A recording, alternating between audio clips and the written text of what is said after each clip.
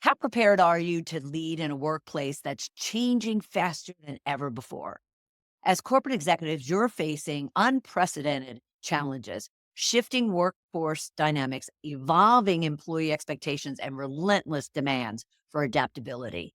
Is your leadership evolving to meet these demands, or are you stuck in outdated methods that no longer work?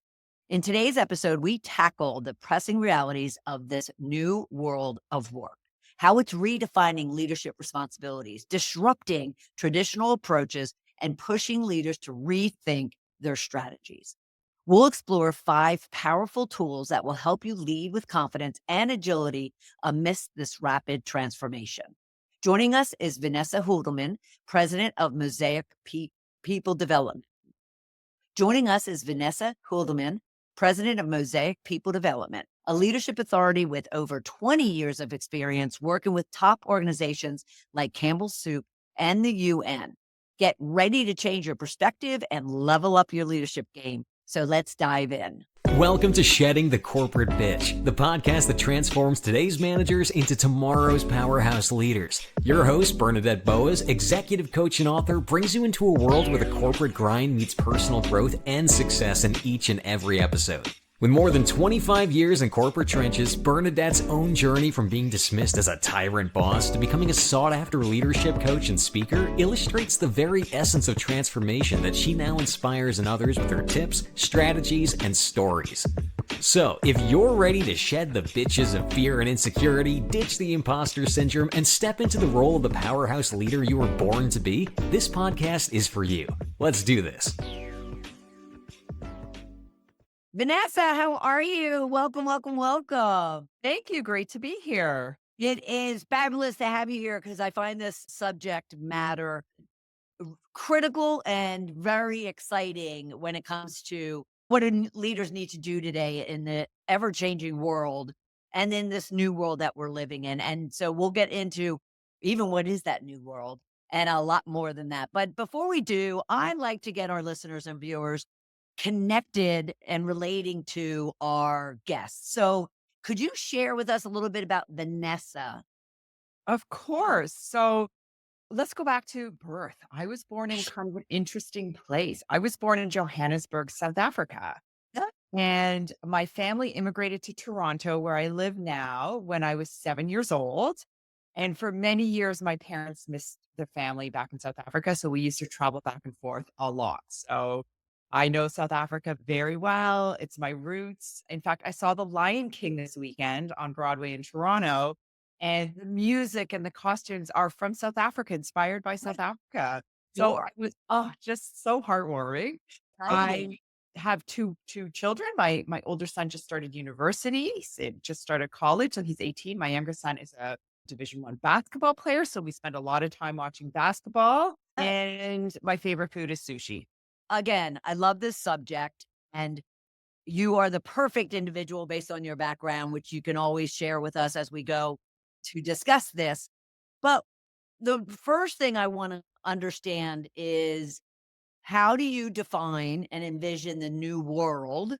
and therefore the new leader that needs to take the reins of that new world? Absolutely. So I define it sort of on a macro level and a micro level. So the macro level is really around what's going on in our environment. Dramatic environmental changes, virtual first workplaces, massive amount of rapid change. Organizations are getting a lot more focused on bottom line, I find, and on data, data analysis. So that's a huge change. Just the way people are working has changed so much. So that's the macro. The micro level are individual leaders. How is all this change impacting them? And I see in this new world of work, leaders lack, I'm going to say 3 things. Number one, they lack self awareness. Number two, they lack strategic insight. So a lot of leaders are told they need to be strategic, but they don't know what it means. The third thing on more of that micro level that I'm seeing is promotion without education. So because organizations are moving so quickly, this new world of work leader is launched into a new role without a lot of education. And as we know, there's different levels of leadership, and every Sure. level of leadership requires leaders to learn new skills and behaviors. Even moving from an individual contributor to a leader for the first time requires new skills and behaviors. So those are some of the trends that I'm seeing right now. Well, let's break them down. All right. So you got into the education piece. So when you say education, you're not talking about that they should come in with a degree or, but it's more relevant that they get the on hand training, development, coaching, mentoring that they need to up level their skills or gain new skills. Is that where you were going with that? That's exactly it. That's exactly it. So once you enter the workforce, it requires you to have a different skill set. So when you're an individual contributor, I mean, you have to be a team player, you have to have expertise in your specific area that you're focusing on, whether it's finance or marketing or IT or whatnot. And then the minute you get promoted into a leadership role, you have to learn new skills. You have to learn how to coach, you have to learn how to get results from other people, you have to learn how to give feedback. And a lot of leaders that come to me for training or coaching are feeling really stressed or they lack a lot of confidence. And so my goal as an executive coach, as someone who does leadership training, is to gain no, well, two things. First of all, increase their confidence level and increase their toolkit because it is a different job. Absolutely. And there's the people element beyond the coaching and the development that you mentioned. But even what do you see from kind of an empathy, emotional intelligence, being able to actually inspire and motivate their team members? It depends on the individual, but I am working with a lot of leaders who lack empathy because they're driven so hard and they need to be so focused on the bottom line that they forget that they need to be empathetic. And so, where that often, for example, where I see that, let me think of an example. I was talking to a coaching client recently and we were talking about feedback, positive feedback. So she says to me, Vanessa, I'm kind of an intrinsically motivated person. So I really, I don't need positive feedback. And I said to her, good for you. And 75% of the population is different than you. So just because you don't need positive feedback, it doesn't mean that people on your team don't. So let's talk about how to give positive feedback because it's so critical for building a positive culture in your team. And I actually stopped the conversation and I said to her, what do you think the benefits of positive feedback are? And she was flabbergasted. She said, "I don't know. I've never really thought about that question." So we had to unpack that first, and then I had to teach her how to give positive feedback. Well, doesn't that also highlight for you too I'll use her just as because you brought her up, but as the fact that they're thinking internally. They're thinking, "I don't need it." They're not necessarily thinking like a servant leader as far as, "I'm here to help my people, so I'm gonna naturally think about what they need versus what I need," and recognize that those 2 things may not be the same. Oh, 110%. And so I always tell leaders, when you become a leader, you have to learn how to change or adjust your style to meet the needs of your team. Right? So they go, "Why?" I'm like, "Well, because you're a leader. That's why." Like, "Why can't they like, I'm the boss. Like, why can't they change or adjust their style to meet my needs?" I'm like, "'Cause no, that's old school. We don't work in the new world of work, we Right. don't work like that anymore." So that's education. I'm very intrigued, because I hear it quite a bit myself, is what you said about that leaders need to be strategic and they're not quite sure what that means. So, what does it mean to you? And what does it need to mean to, the managers out there who want to be leaders but are lacking that strategic viewpoint?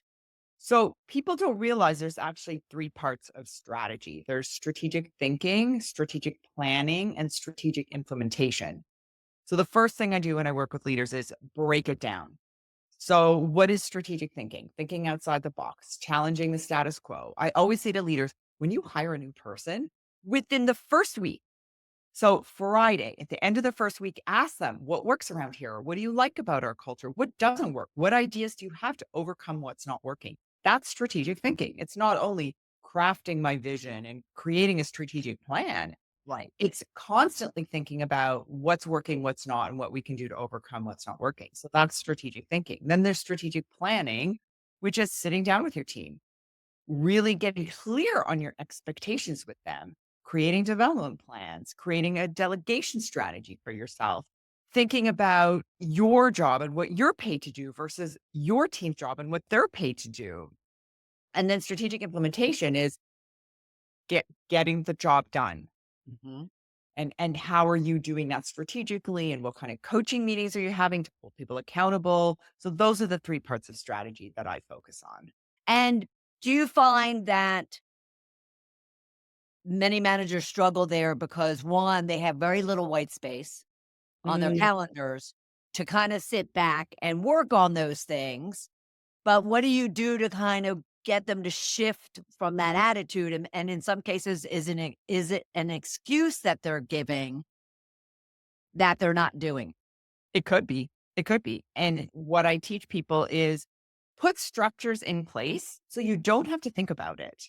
So a good example of that would be set up formal coaching, accountability coaching meetings and make them really short. So at the beginning of every week, let's say make it a 20-minute meeting. It could be with your team. It could be, depending on how large your team is, it could be one-on-ones with your direct reports. And you could, in your accountability meeting, you could talk about, for example, your agenda's really tight and short. What's on your plate for this week? What are your goals for this week? What are you doing to move your goals forward?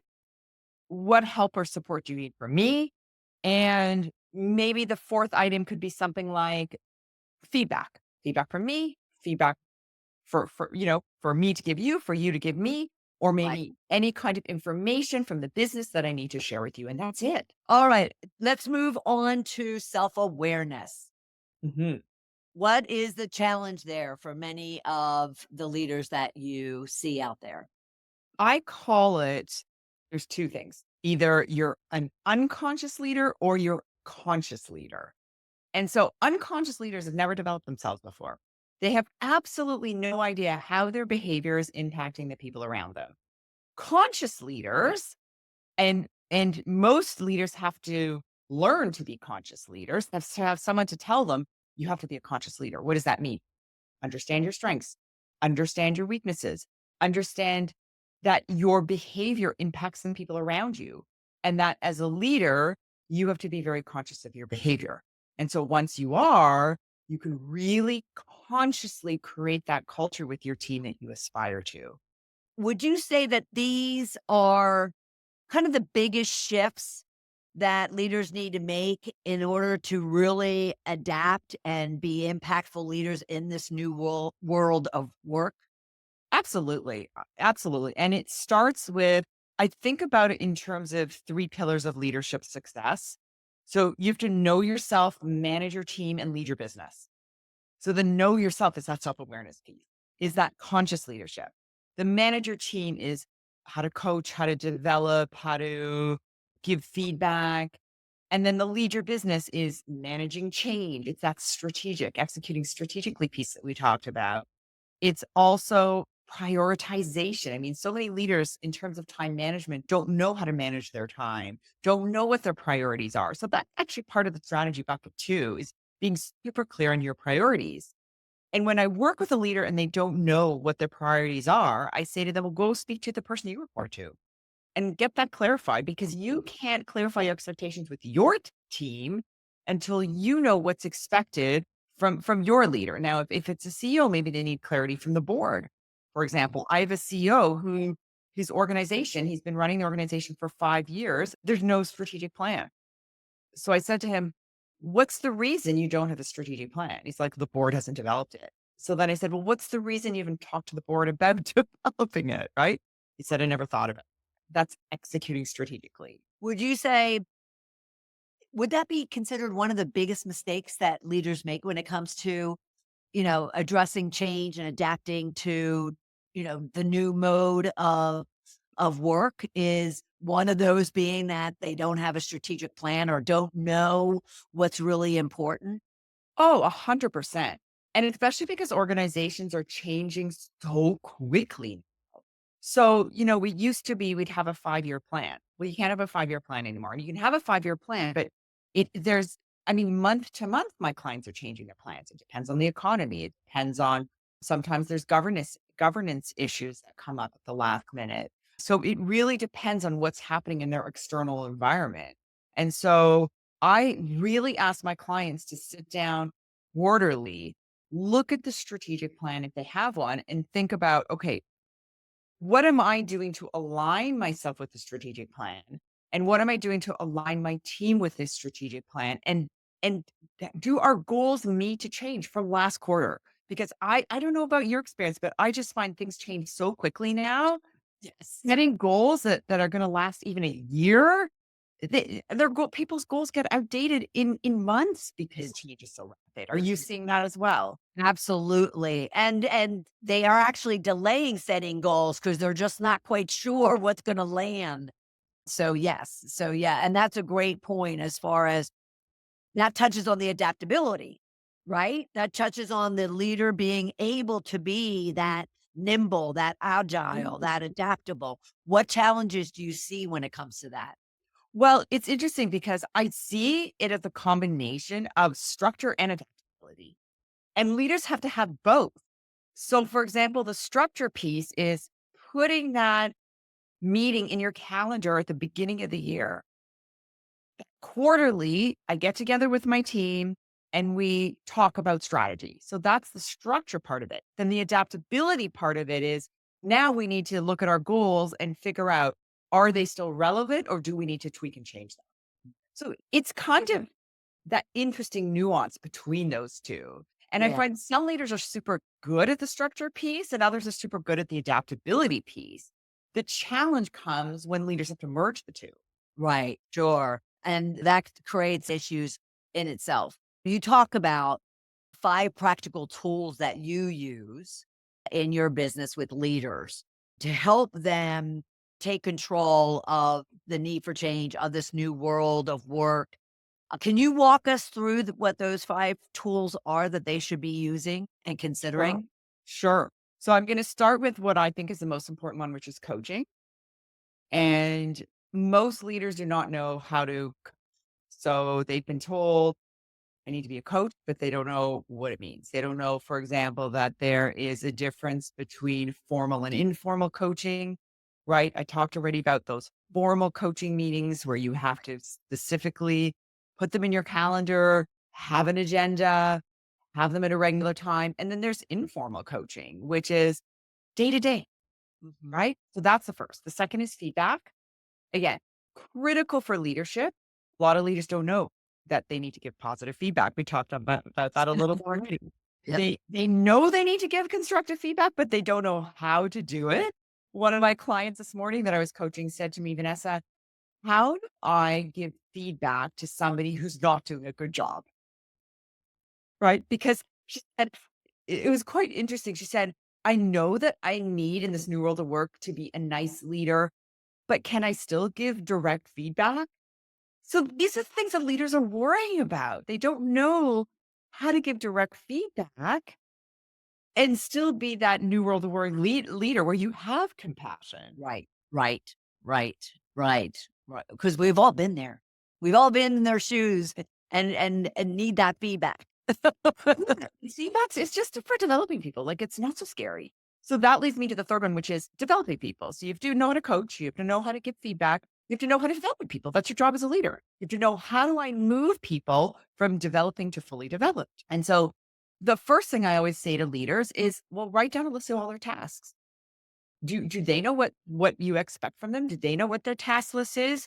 Do do do you know what they should be focusing on? Start there, like being really, really specific about what they need to accomplish in their role. And then you can look at, what are their strengths? What are their weaknesses? What are their gaps? And so that's Right, your job as a leader. You need to figure out, do I need to give them a lot of direction? Do I need to give them a lot of support based on some of their gaps? So that would be the next area. okay. So we've got coaching, feedback, developing. Delegation is the other one. No. Delegation is so critical for business. When I talk about leaders, we talk about the fact that there are huge benefits for you, for them, and for the organization when you delegate. For you, it's getting stuff off your plate. It's allowing you to be more strategic. for them, they can learn and grow. They can't learn and grow if you don't delegate. And you want people to learn and grow. So everybody needs to be focused on letting stuff go and taking on new tasks to grow and develop. For the organization, it's huge in terms of succession planning. It's huge in terms of maintaining knowledge. If somebody leaves the organization, and you don't delegate, you can't develop your people. You won't be able to maintain that organizational knowledge. And then we have change management. So again, you know, it's so important to understand the barriers to change, why people resist change, how to overcome resistance to change, how to communicate change. If that's your job as a leader today with so much change, you have to know how to communicate it and how to move people through some of those barriers to change. Some of those other things that you touched on, such as like prioritization, leading the business, managing the team, all could fit into one of those 5 things. Because the first thing that jumped out at me when you were talking about delegation is whether or not the individual knows the difference between dumping and delegating. And based on like even what you said about the listing of skills, of each of their people, so they know that they could be delegating things that maybe fall outside their job description, but they're good at it. Would that be a strategy that you would use?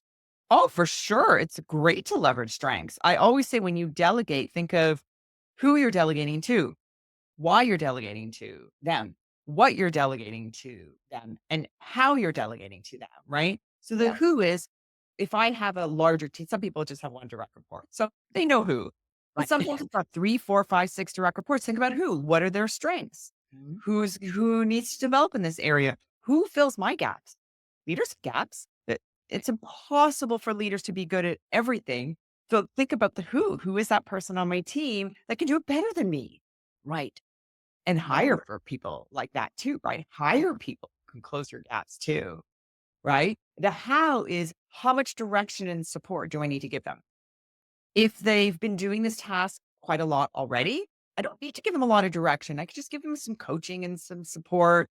But if they're brand new to the task, I've got to be super directive. Lay it out. Here's how you do it. Give them a little piece of it. And a lot of leaders hold back on delegating because it's such a big task that it's overwhelming. And I say, well, just break down the task, Mhm. break it down into Love smaller it. pieces. Delegate the first piece, delegate the second, right? Yeah. That's part of the how of delegation. So delegation itself is an art. Yes, yes. And would you also say that based on what you just explained in regards to that project that might be really big, is there a trust issue that they also have with their people that you find to be why they resist to delegate as much as they just haven't taken the time to do it?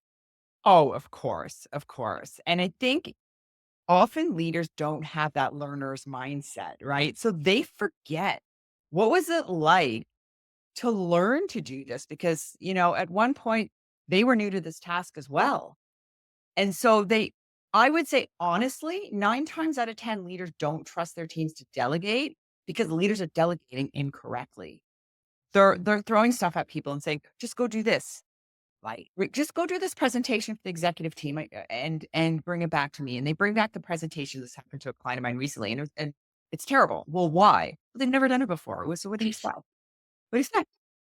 Right? They can't read your mind. Just know what you want. So that's knowing the difference between when to be directive and when to be supportive. If Right. someone's doing a presentation for the executive team the first time, I would be super directive. I'd be like, okay, use this font. Here's a presentation I did last year. It's got the appendix written and the table of contents is there for you. You can see how I structured it. Go do the first 2 slides. Let's do our understanding of your needs and updated performance results. Let's just do those 2 slides. Come back. Let me review it. Oh, you're missing data. I promise you the CFO is going to want the data. So make sure you go to the finance department and get that included. Be super directive. And the Yeah. more they do it and the more they learn, you can hold back a little bit, hold back. I'm just more supportive and then say, maybe they're on their 3rd year now of doing this presentation to the executive team. Say, we've done this already twice. Well, what do you think is the right approach? What information do you think you need to get from the finance team this year? Right. And give them a lot more freedom and collaborate a lot more. Love it. Love it. And you touched on at the very beginning data, and you just mentioned data and how analytics and data, is so prevalent in every leader toolkit and or just expectation day in, day out, not only of their people, but of themselves from their bosses. What skills must leaders have today to become data driven leaders or analytical leaders to really ensure that they are optimizing the data and the tons of data that they're getting? Well, it's a huge change management initiative in any organization when they bring in a focus on data. So, one of my clients, for example, is a pharmaceutical firm. And for the sales team used to be relationship driven. So, that was the focus of their development, was all about how are you building relationships and how are you following through and how are you nurturing those relationships? Now it's on data. It's, are you meeting your targets? Are you meeting the numbers? Are you putting your numbers into the system? How quickly are you putting your numbers into the system? And it's a completely different skill set. Mhm. So this is a huge change management initiative. And anytime organizations change, they think just onboarding a new system like that, that's easy for people to adopt to. No, no, no, no, no. Right? We are creatures of habit and we are programmed not to change. So And that's a huge change management initiative. would you say that not only internally are they being forced to change into that analytical mindset, but the customer is also very data driven and they're taking the whole like relationship, how well do I like, know, trust, and want to do with you, to be more like, okay, show me the bottom line of how you can help me. I Is think it it's a combination of both. I still do think relationship is king. It's so important.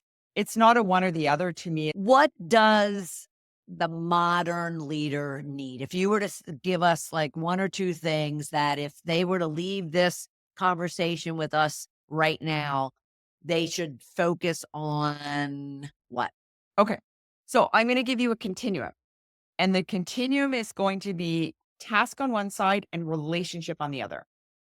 And I'm going to say the modern leader needs to be in the middle. They need to have a balance between task and relationship.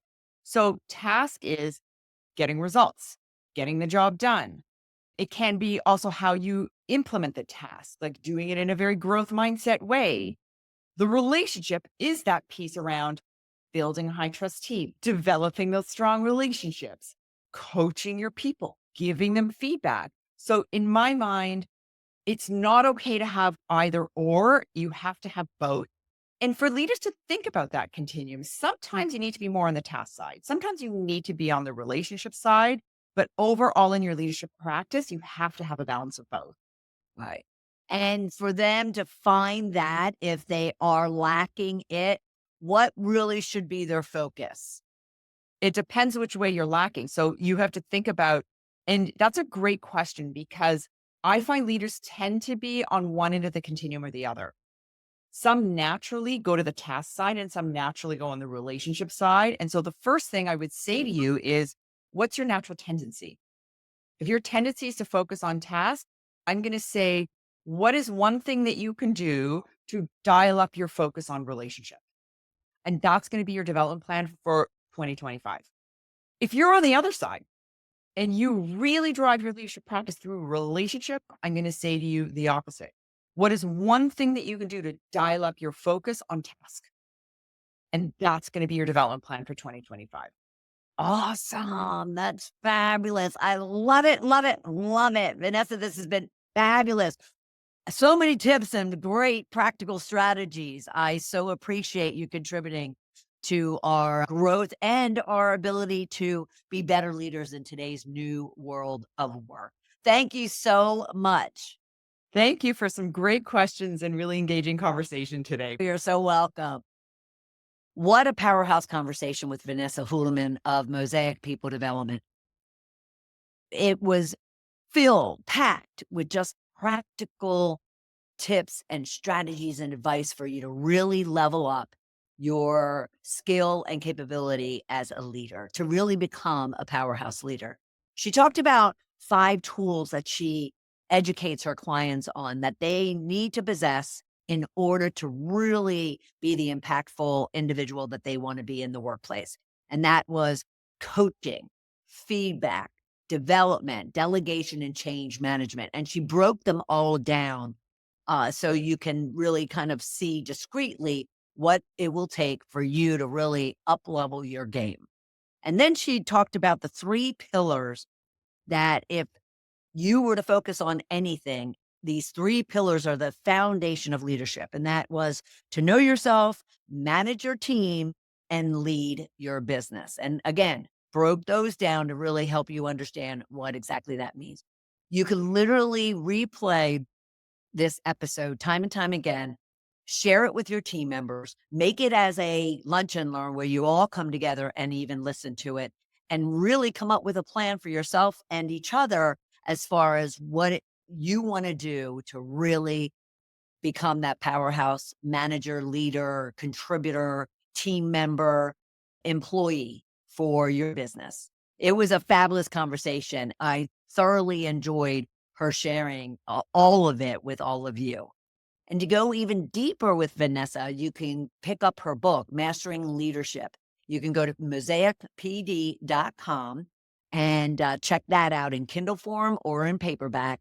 And it's a practical, almost like workbook that will share stories and examples and illustrations of all the talking points that we talked about today and so much more, and then allow you to actually engage with the book in order for you then to adapt it into your own leadership style. So again, go to mosaicpd.com and look for her book, Mastering Leadership. It was a fabulous conversation, and I was so honored to have her to share all of that with all of you.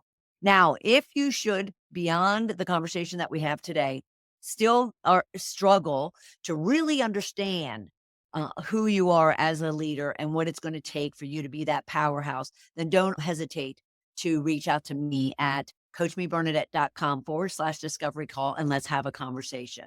I am so happy that you are here with us this week, and I'll look forward to having you right back here for another episode of Shedding the Corporate Bitch. Bye. Thank you for tuning in to today's episode of Shedding the Corporate Bitch. Every journey taken together is another step towards unleashing the powerhouse leader within you. Don't miss any of our weekly episodes. Subscribe to our podcast on Apple Podcasts, Spotify, or wherever you love to listen. And for those who thrive on visual content, catch us on our Shedding the Bitch YouTube channel. Want to dive deeper with Bernadette on becoming a powerhouse leader? Visit balloffirecoaching.com to learn more about how she helps professionals, HR executives, and team leaders elevate overall team performance. You've been listening to Shedding the Corporate Bitch with Bernadette Boas. Until next time, keep shedding, keep growing, and keep leading.